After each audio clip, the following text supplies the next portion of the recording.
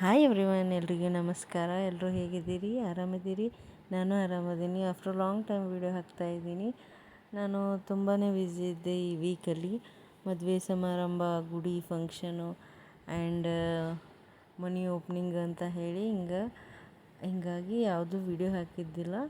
So ಇವತ್ತು upload ಮಾಡ್ತಾಯಿದ್ದೀನಿ ಎಲ್ಲ ಫಂಕ್ಷನ್ಸ್ದು ಶಾರ್ಟ್ ವೀಡಿಯೋ ಹಾಕ್ತಾಯಿದ್ದೀನಿ. ಫಸ್ಟು ಮದುವೆ ಸಮಾರಂಭಕ್ಕೆ ಹೋಗಿದ್ದೆ, ಅದರದ್ದು ಶಾರ್ಟ್ ವಿಡಿಯೋ ಸ್ಟಾರ್ಟಿಂಗಲ್ಲಿ ಹಾಕಿದ್ದೀನಿ. ಇದು ನಮ್ಮ ಗುಡಿ, ಗಣಪತಿ ಗುಡಿ ಐತಿ, ವಿನಾಯಕನ ಗುಡಿ, ಅದರದ್ದು ಉದ್ಘಾಟನಾ ಕಾರ್ಯಕ್ರಮ ಐತಿ. ಸೊ ಹಿಂಗಾಗಿ ನಾವು ಎಲ್ಲ ಹೆಣ್ಮಕ್ಳು ಸೇರಿ ರೆಡಿ ಮಾಡತ್ತಿದ್ವಿ. 101 ಕುಂಭ ತೊಗೊಂಡು ಬರ್ತಾರಂತ ಹೆಣ್ಮಕ್ಳು, ಹೀಗಾಗಿ ಅವ್ರಿಗೆ ಉಡಿ ರೆಡಿ ಮಾಡಕತ್ತಿದ್ವಿ. ನೆಕ್ಸ್ಟ್ ಡೇ ಮಾರ್ನಿಂಗು ಮನೆ ಓಪ್ನಿಂಗ್ ಇತ್ತು, ಹೀಗಾಗಿ ಇನ್ವೈಟ್ ಮಾಡಿದ್ರು, ಅಲ್ಲಿ ಹೋಗಿದ್ವಿ. ಅಲ್ಲೆಲ್ಲ ಈ ಟೈಪ್ ಪೂಜೆ ಮಾಡಿದರು.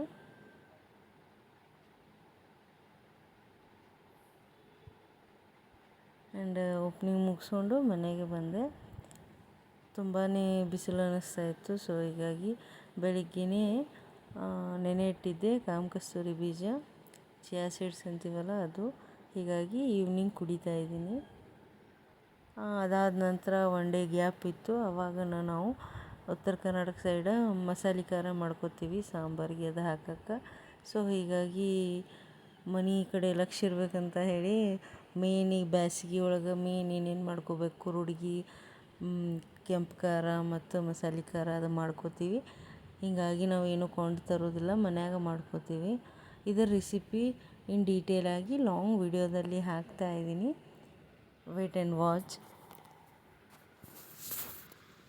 ಆ್ಯಂಡ್ ಇದಾದ ನಂತರ ಈವ್ನಿಂಗು ಎಲ್ಲರೂ ಒಂದಿಷ್ಟು ಚೂಡ ತಿಂದ್ವಿ.